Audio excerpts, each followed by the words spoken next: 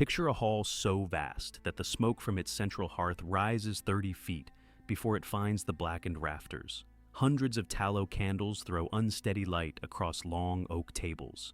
The air is thick with the smell of roasted meat, saffron, wood smoke, and sweat.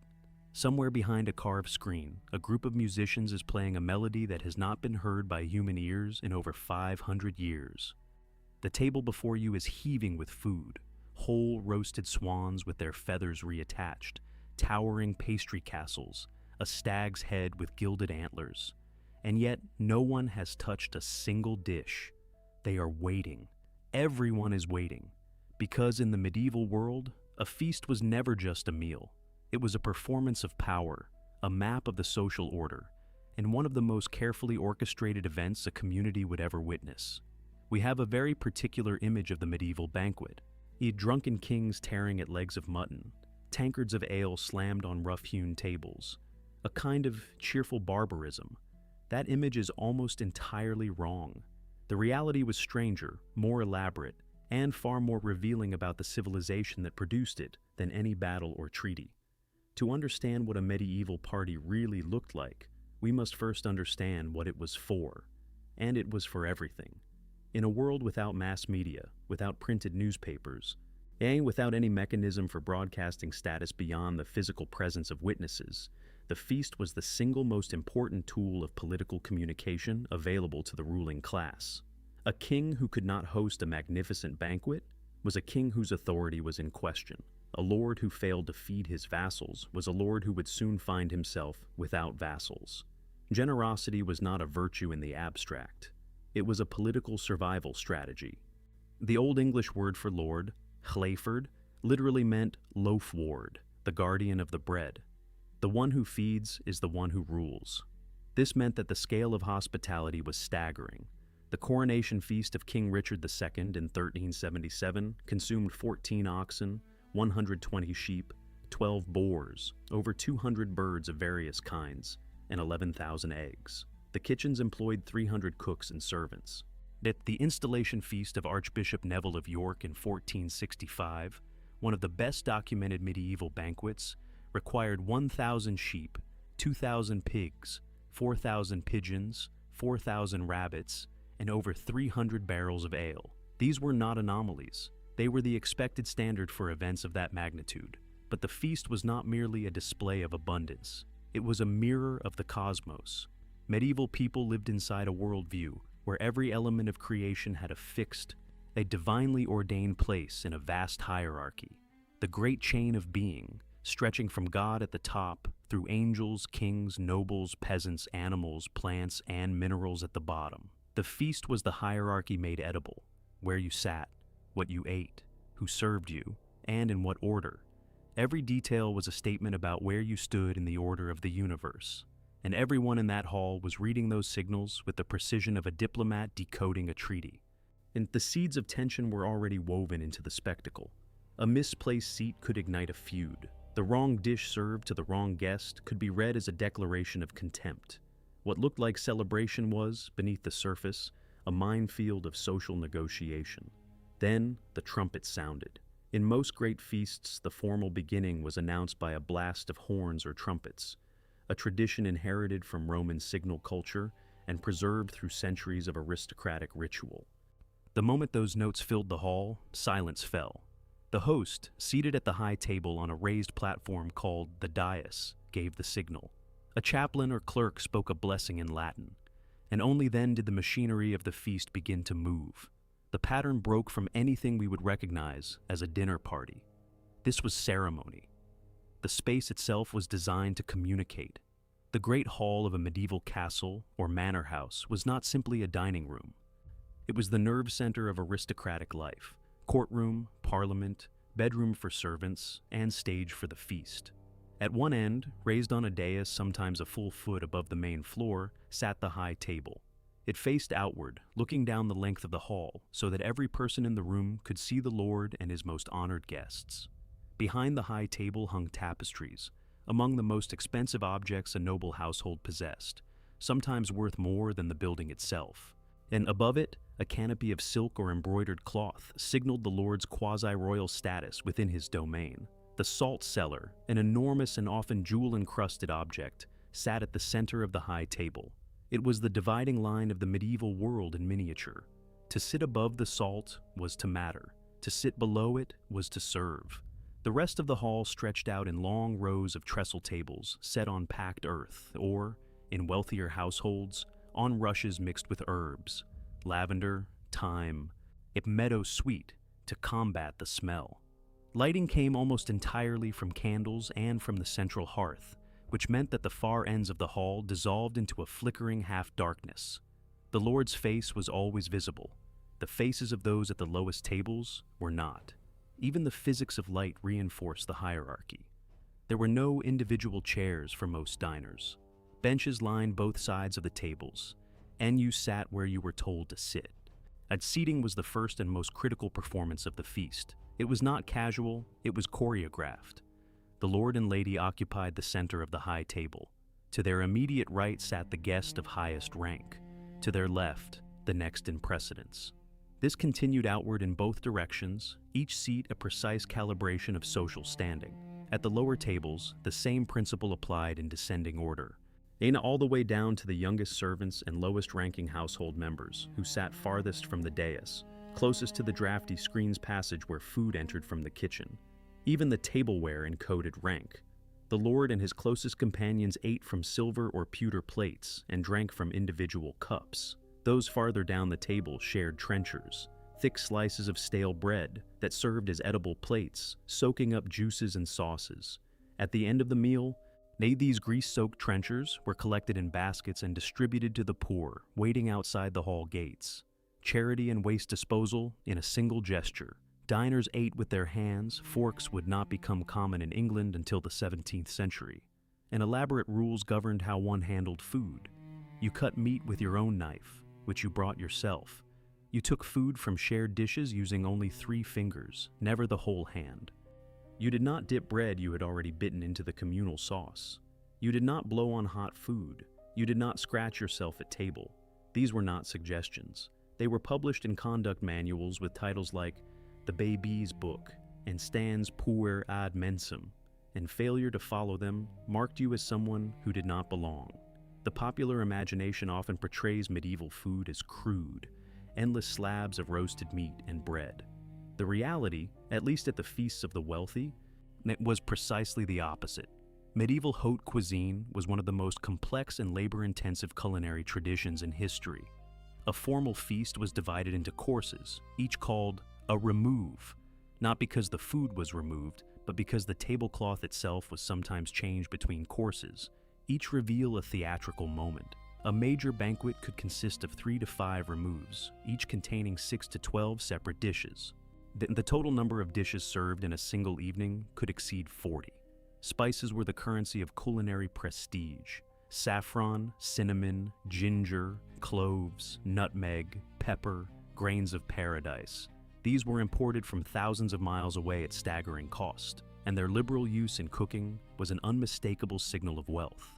A single pound of saffron in 14th century England cost roughly the same as a horse.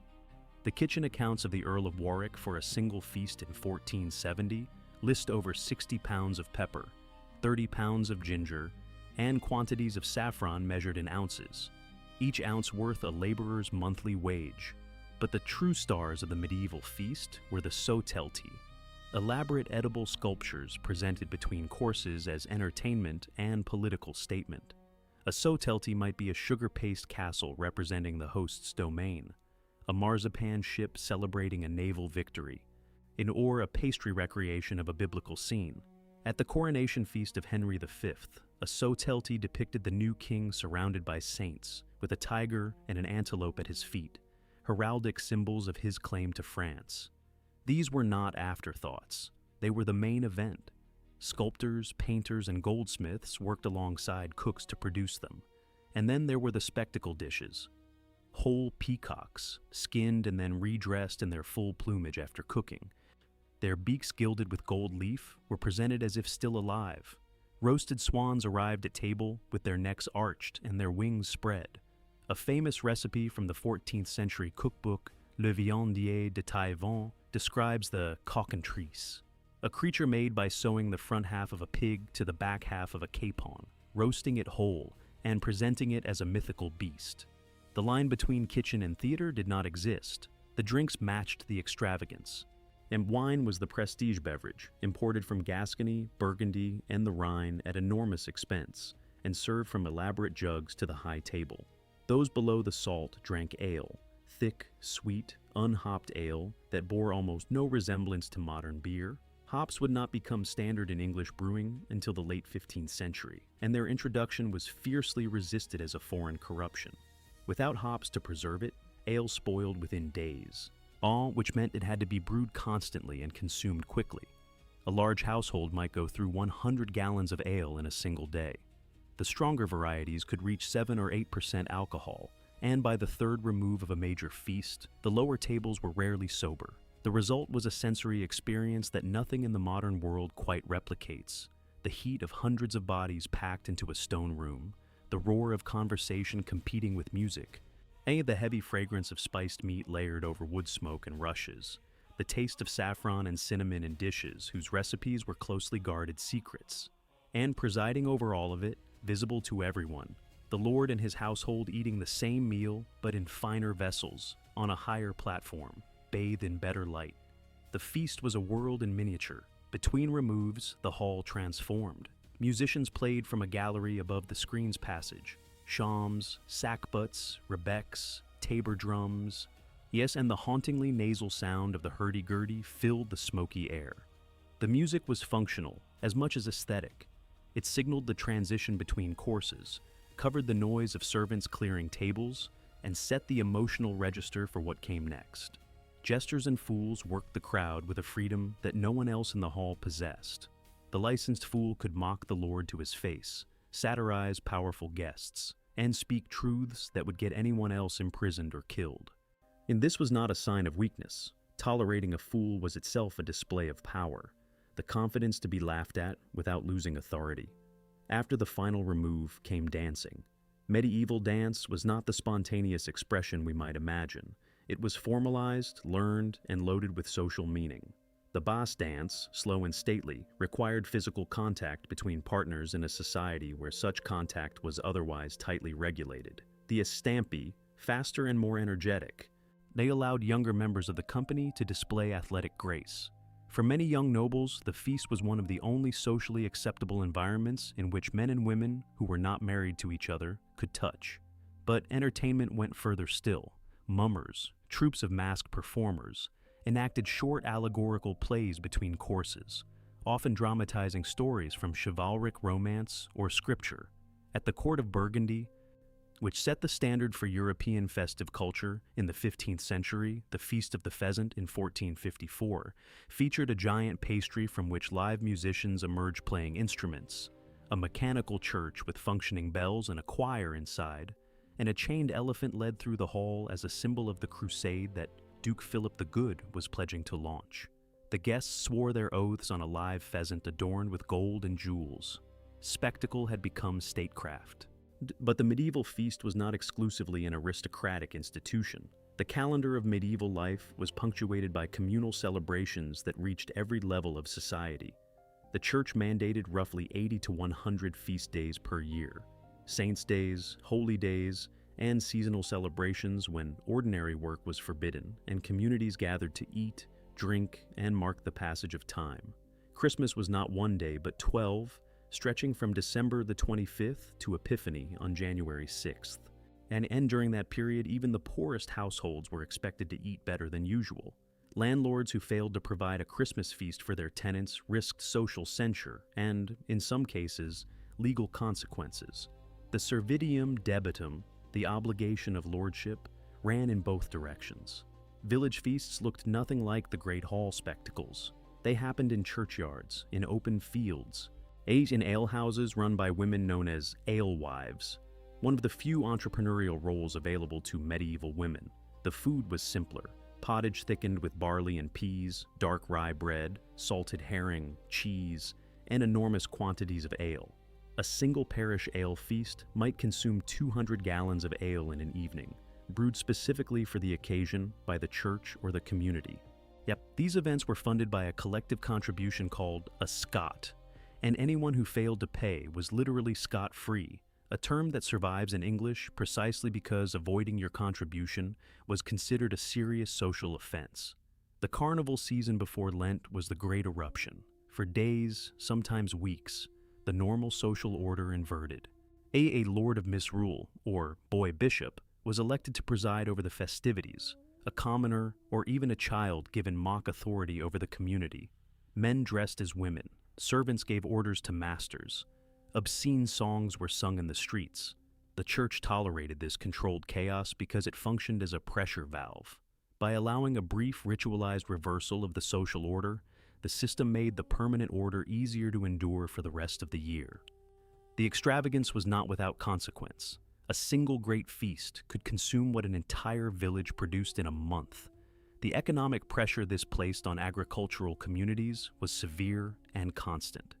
Peasants owed not only labor and rent, but also food renders, specific quantities of grain, eggs, chickens, and ale delivered to the Lord's household at appointed times throughout the year. The feast that celebrated the harvest was funded by the harvest itself, all often leaving those who grew the food with the least of it. By the 14th and 15th centuries, the excess had become so visible that governments attempted to regulate it. The English sumptuary laws of 1363 dictated exactly what each social class was permitted to eat. Merchants could not serve more than 2 courses. Laborers were restricted to the cheapest meats and grains. Only the nobility could eat swan, peacock, or whale. The French passed similar laws. So did the Italian city-states, where Florence alone issued over a dozen regulations on banquet expenditure between 1300 and 1500. These laws were almost universally ignored, but their existence tells us something profound about the anxiety that feasting generated. When celebration becomes legislation, the party has become a political problem, and beneath the regulations lay a grimmer arithmetic. And in a famine year, and famine years were not rare, the food consumed in a single aristocratic banquet could have sustained a village for weeks. The Great Famine of 1315 to 1322 killed between 10 and 25% of the population of Northern Europe. Court records show that noble households reduced their feasting during those years, but they did not stop. The performance of power could not pause, even when the audience was starving. The medieval feast was a paradox. It was an act of extraordinary generosity and an instrument of absolute control. It fed the hungry and reinforced the systems that kept them hungry. It brought communities together in shared celebration and placed every individual within a rigid hierarchy from which there was no escape.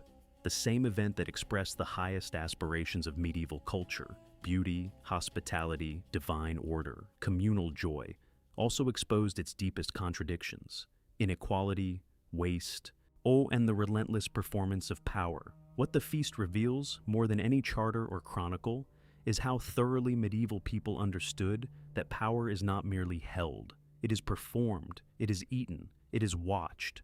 Every candle, every gilded swan, every carefully assigned seat was a sentence in a language that the entire society could read.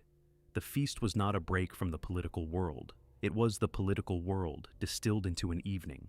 And there is something unsettling in how familiar that logic remains. We have replaced the Great Hall with a boardroom dinner, the sotelti with the centerpiece, the seating chart with the guest list. The specific codes have changed. The underlying grammar has not. The trestle tables are long gone. The rushes and the tallow smoke and the gilded peacocks belong to a world that has vanished so completely